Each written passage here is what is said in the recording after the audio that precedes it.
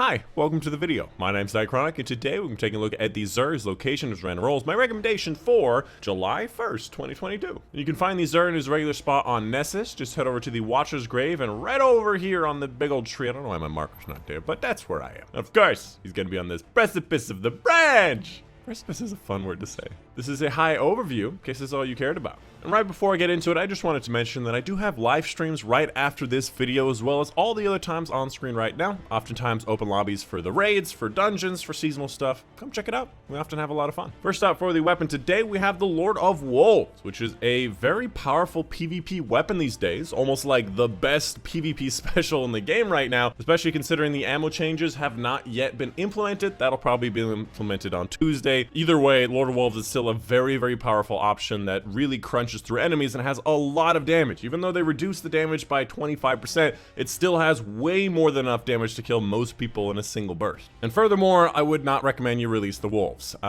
It's very inaccurate. Just stick with the regular. In PvE, it actually has a very high amount of DPS, especially if you can keep those shots on headshot. This does pretty good DPS, although it runs out of ammo very quickly. Following that, for the Hunter exotic, we have the Celestial Nighthawk, which looks terrifying with this particular ornament, so we're gonna keep this on for a bit, shall we? This one is very, very simple. You take your golden gun shots, you turn into 1 6x damage golden gun shot. So instead of 3 shots over 3 shots of time, you take 1 shot that is 6 times the damage. So obviously DPS is much faster, much higher. However, most people have found that Blade Barrage is going to be a better DPS option over that of the Golden Gun. I still think that Celestial's a pretty good option, especially if you need to be at extreme range, like with the Garden of Salvation boss. As far as the role goes, you'd like intellect, and it has a decent intellect. You'd like mobility because it's more of a hunter thing, although not super required. And since it is PvE related, high resilience is also a good thing to have. So a total stats of 66 is also very above average. So I actually recommend this role again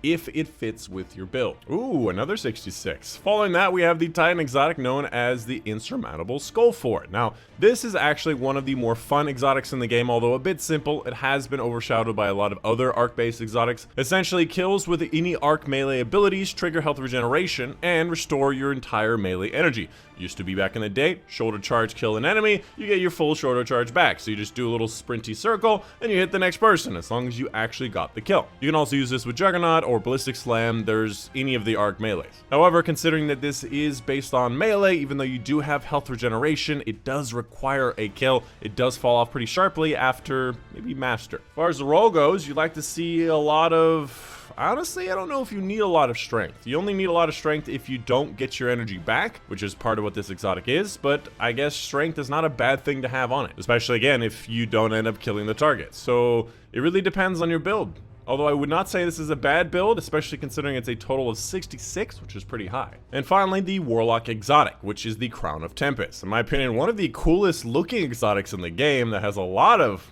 wow.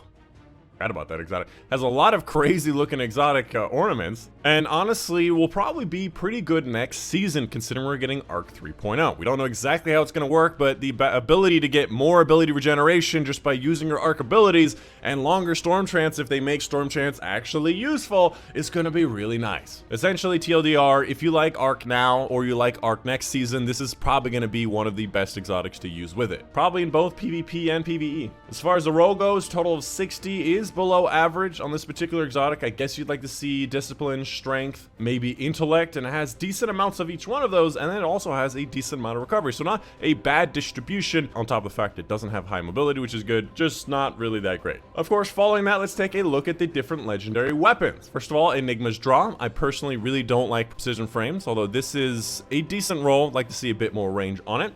Following that, we have the Cold Denial, which is 340 pulse. A lot of people love 340s. Multi-kill clip, and of course, Killing Wind are excellent options. Again, we have accuracy. You know, somebody in the comments told me that accuracy might have to do with the mid-air accuracy, and that's why it's a masterwork. I guess I assumed it was a bug. Following that, we have Extended Burrow, we have Ricochet rounds. A pretty damn good roll for this kind of weapon. The people really like the 340s in the Crucible. Following that, we have the Farewell, which is a lightweight, which I think the lightweights are even worse than the precision sidearms. This roll, Thresh, heating up, mag, not really that great. Following that, 7 SERAPH CQC-12, an excellent weapon, although this is not the best roll you can have on it. You can have auto-loading Vorpal, auto-loading Trench Barrel, you can have all sorts of good PvP rolls as well. This is not it. After that, we have the Deafening Whisper, which is ambitious auto-loading holster, which is actually a really nice combo. It obviously cannot have spike grenades and you don't really want it. So I'd say this is a pretty good combo that most people really would like. After that, the Falling Guillotine, Relentless, and Whirlwind Blade, which is pretty much exactly what you wanted back in the day. Although I think that Relentless plus Vorpal is generally favored these days, and it does not seem to have Jagged Edge. So pretty close to being an excellent version. If you don't have a good one, this is a decent one. And lastly, the third Axiom, which is Slide Shot, Sympathetic Arsenal. Not really what I personally like looking out for. Would like to see a little bit more range stuff within here, so you could definitely do better. And of course, for the Warlock Armors, first of all, a 60 high mobility, not really interested. 64 recovery and strength, could do pretty well depending on your build, especially if you want solar with the Sun Bracers. 64 with mobility, intellect. Warlocks usually don't like mobility, but the total stats is nice. And then this one, 66 with high recovery, intellect, and strength is a very good roll. Again, depending on your build, but this seems pretty nice. For the other section, for the exotic weapons, first of all, for the Hawkmoon, we have an opening shot combo. We do not have recoil direction, which I do like it in either one of these columns, and we have alloy mag as that last perk. An okay combo, but you could definitely do better. I think rangefighter is still the most amazing, and of course recoil direction in either one of these is going to be pretty good.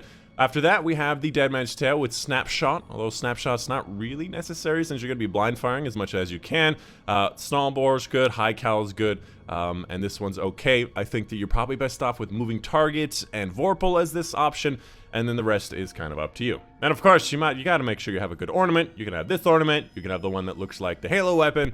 That's the important part. And of course, the exotic engram. Any exotic engram you ever get will be guaranteed to be an exotic you've never received before and or a high stat roll. And this one came out as a 61, so not that high. And of course, the last thing I want to say is just thank you to my patrons on Patreon. Specifically, a big thank you to Mom, Dad, Postalones on Box World, Monday, Buckness, Unipanther, Case of Reagan, for their support on Patreon. And that's it. Hope you guys did enjoy. My name's Dychronic, and I'll see you guys on the next one.